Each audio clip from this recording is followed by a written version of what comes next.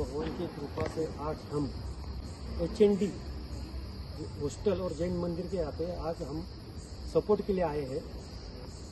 अभी इसके आगे जो कोर्ट जो निर्णय देने वाले हैं इसके लिए सभी जनों ने आचार्य श्री गुप्तीनंद जी उनको मिलके उनको शुभेच्छा दी इस आंदोलन के लिए और उन्होंने हमको सबको आशीर्वाद प्रदान किया है। और इसके आगे जो भी गुरुदेव आदेश देंगे उसके पे हम आगे उस हिसाब से आंदोलन चालू करेंगे।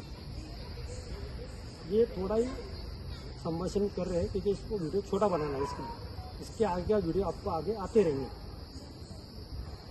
जैन धर्मगुरूंचं या आंदोलनात उतरलंय। जगाच्या पाठीवर असा एक धर्म आहे की धर्मगुरू की ज्यांना या जगामध्ये असा एक धर्मगुरू आहे की त्याला लूज होण्यासारखं असं काही नाही आहे। इतका प्रचंड मोठा त्यागी माणूस ज्यावेळी एखाद्या आंदोलनात उतरतो तो निर्णय फार मोठा क्रांतिकारक निर्णय असतो आणि त्यामुळंच या देशातली न्यायव्यवस्था, या देशातले राजसत्तेत असलेले सत्ताधारी आणि या देशातला विश्वस्त सुद्धा या महाराजांच्या त्या त्यागामुळे आणि त्यांनी घेतलेल्या सहभागामुळे ते एक पाऊल मागे फिरले। अन्यथा हे आंदोलन यशस्वी झालं नसतं। त्या धर्मगुरूंच्या त्यागाचं हे प्रतीक आहे की हे आंदोलन आता यशस्वी होत आहे आणि इथे हॉस्टेल हे मोठ्या प्रमाणात चालू व्हावं आणि हे जैन धर्मातल्या विद्यार्थ्यांसाठी हे हॉस्टेल ही एक प्रकारे पुण्यातलं शिक्षण मंदिर व्हावं असं मला वाटतं आणि हे धर्मगुरूंनी हे केलेल्या त्यागामुळेच हे शक्य झाले असं मला वाटतं। नमस्कार। आज हम सब सेवादल और विविध पुण्य नगरी के सब महानुभाव इस जैन बोर्डिंग में आ गए हैं। HND जो आंदोलन छेड़ा है उसको पाठिंबा देने के लिए ये जहाँ पे जमा हो गया। मेरे साथ सेवादल के प्रशांत जी है, पापना जी है, नितिन निकम जी है और हमारे सब जैन बांधव है। मैं आप सबको अपील करता हूँ कि इस पुण्य नगरी में जो शिक्षा की नगरी कहते हैं इसको ये जो कांड हो गया है उसके खिलाफ हम इनके साथ खड़े रह रहे। आप सभी यहाँ पे जो आंदोलन है इसको समर्थन दें। धन्यवाद। मी आदिराज कोथडिया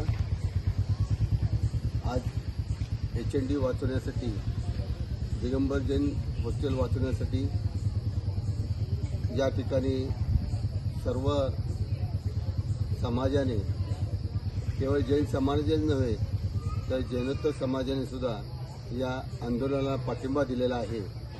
परमपूज्य आचार्य गुप्तीनंदी गुरुदेव यांच्या सानिध्यामध्ये आणि राजू शेट्टी शेतकरी नेते यांच्या सानिध्यामध्ये हे आंदोलन छेडलं गेलं। त्याच्यामध्ये ॲडव्होकेट पांडे असतील, चंद्रकांतजी पाटील असतील, त्यांचे सर्व सहकारी असतील, यांच्या माध्यमातून जे आंदोलन छेडलं गेलं त्या आंदोलनाला खऱ्या अर्थाने आज मूर्तस्वरूप होण्याची शक्यता निर्माण झालेली आहे।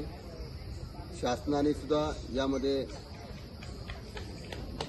सुशासन नाही तर शासन आहे हे एक प्रकारे दाखवण्याची त्यांना संधी मिळालेली आहे आणि या संधीचा शासन निश्चित फायदा घेईल। उद्याच्याला या आंदोलनाचा एक भाग म्हणून